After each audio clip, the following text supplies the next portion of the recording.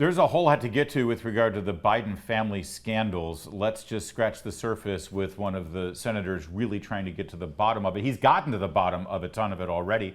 He's Senator Ron Johnson of the Badger State of Wisconsin. I referred to you as the honey badger in the Senate yesterday, and I realized, well, you're from the Badger State, so this makes sense. So you can steal that if you want, Senator. I am. Well, appreciate that. I want to start first with the announcement from the FBI yesterday that they don't intend to comply with the subpoena over this whistleblower's letter. There's a document that the FBI is holding on to. It's a unclassified document that claims to have details about then Vice President Biden having a meeting with a foreign entity about a financial arrangement in exchange for policy during the Obama administration. If I'm mischaracterizing this, please let me know. But the FBI isn't going to hand it over. What now? Well, that doesn't surprise me. Apparently in their letter to Senator Grassley and I think Chairman Comer, they said they would go through an accommodation process, which means they'll show a little bit of leg. Hard to say how much. But again, this just is further indication of the corruption within federal law enforcement. We know that the FBI had the Hunter Biden computer in December 2019. As they walk out the door, they basically put a threat or threatened Mr. McIsaac, saying that their history is that the people that don't talk about these things don't get in trouble, is in effect what they said. Then they went about and for the next year engaged in a pre-sabotage campaign in case that laptop ever surfaced, including things like unsolicited briefings Senator Grassley and I to say that we are targets of Russian disinformation. I wonder how it got in the media that our report was going to be Russian disinformation. By the way, it somewhat worked because the day after we issued our report, Mr. McIsaac was no longer afraid to offer that computer up. They offered it to us. Now, because we were already warned, we thought, well, this could be Russian disinformation. We ought to be careful. So guess who we contacted? We contacted the FBI. And of course, they gave us a runaround for weeks to the point where Mr. McIsaac got impatient, offered that to Rudy Giuliani and the New York Post, and the rest is history from that standpoint. So again, when you've experienced the corruption up close and personal, when you've literally had operations run against you, you don't have a whole lot of faith in some of the higher ups. And again, I think most people operating these agencies are people of integrity, but we've got a real problem with the deep state. It's pervasive. It's populated by leftists.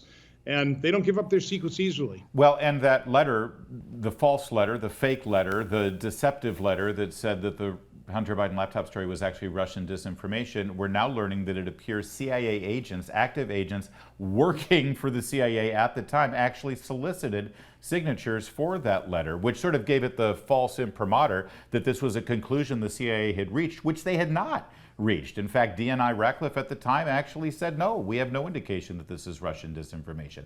How do you clean that up, though, Senator Johnson? So again, and we also know that Secretary of State Anthony Blinken prompted that letter. Yeah. And of course, we went back to our interview with him. He wouldn't interview with us before the election like 10 or 11 other State Department officials did. He waited till after he'd already won, after his fraudulent letter had what they were hoping it would accomplish. He interviewed with us in December, and he lied to us. We asked him point blank, did you ever email Hunter Biden? He said no. Why did he say no? Why didn't he just say, well, I didn't know him well, might have emailed a couple times. It's because he didn't want us checking his emails because they would probably have been pretty incriminating. Plus, now we know his wife, who also worked at the State Department, she was basically the conduit. She was doing the emailing between herself and Hunter Biden to set up, for example, a phone call between then Deputy Secretary of State Anthony Blinken and Burisma's U.S. lobbying group, a Democrat lobbying group called Blue Star Strategy. So I know this is getting in the weeds, this is detail, but it just shows you the depth, the pervasiveness of the corruption and how the Bidens and Democrats in general have the cover of people inside government, certainly in the corrupt and complicit media as well. Well, we don't mind it being in the weeds. We're smart enough to be able to follow these stories, Senator Johnson, and it's why we've got you for 10 minutes as well. And by the way, they do this by design. We just saw Congressman Comer's press conference yesterday where Hunter Biden and James Biden had set up to 15 different shell corporations and bank accounts. They try to make it complicated. They do that on purpose. Well, again, Senator Grassley and I pretty well laid out all anybody really needed to see in terms of the corruption of the Biden family. We showed millions of dollars of suspicious wire transactions. We've laid out most of those companies in our report as well. I'm glad that Chairman Comer is building on our report, and it's getting greater attention, at least within conservative news outlets. But if you go back to 2020, in the midst of our investigation, we had news reports, again, accusing us of soliciting and disseminating Russian disinformation. They were already marginalizing our report before we ever issued it. Yeah. And of course, our report was based on U.S. Treasury records and interviews with U.S. persons. There was no Russian disinformation in it whatsoever, but that's how the media treated us. Now at least they can't accuse James Comer of having Russian disinformation in his report. Senator Johnson, Antony Blinken has now kind of denied any involvement in the solicitation for this letter. He did use very specific language, though. I never asked for the letter. I never solicited the letter. Is it time to bring him under oath before a Senate committee and have him swear what his involvement was here and what the conversations were? Yeah, I mean, he's trying to weasel his way out of this. I wish we could bring him before the Senate, but Democrats have no interest whatsoever in uncovering this corruption and these lies. But the House has the subpoena power. And so, yeah, it is well past time. We'll do everything we can to provide the information to the House committees when they do subpoena him. But he's got a lot of explaining to do. Yeah.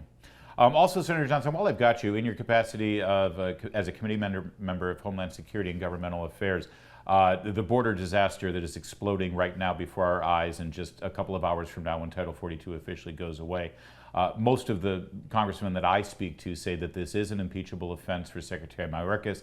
They plan to move forward with an impeachment in the House. What do you think that conversation looks like when it reaches the Senate?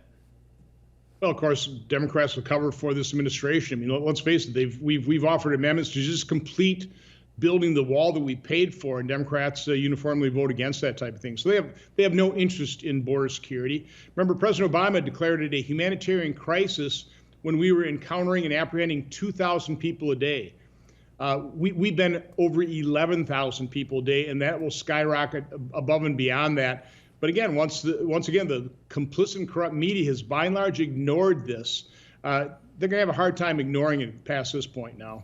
I was struck yesterday by the appearance from Donald Trump in that town hall at CNN where the host, Caitlin Collins, said, you know, if this debt ceiling thing isn't resolved, then the economy is going to tank and people are going to lose their jobs. Senator Johnson, the economy is already tanking. People have already lost their jobs. I think they're kind of showing how out of touch they are with how bad things are. And by the way, part of the reason why the economy is so bad is because of the out of control spending that the House is actually now trying to get a hold of.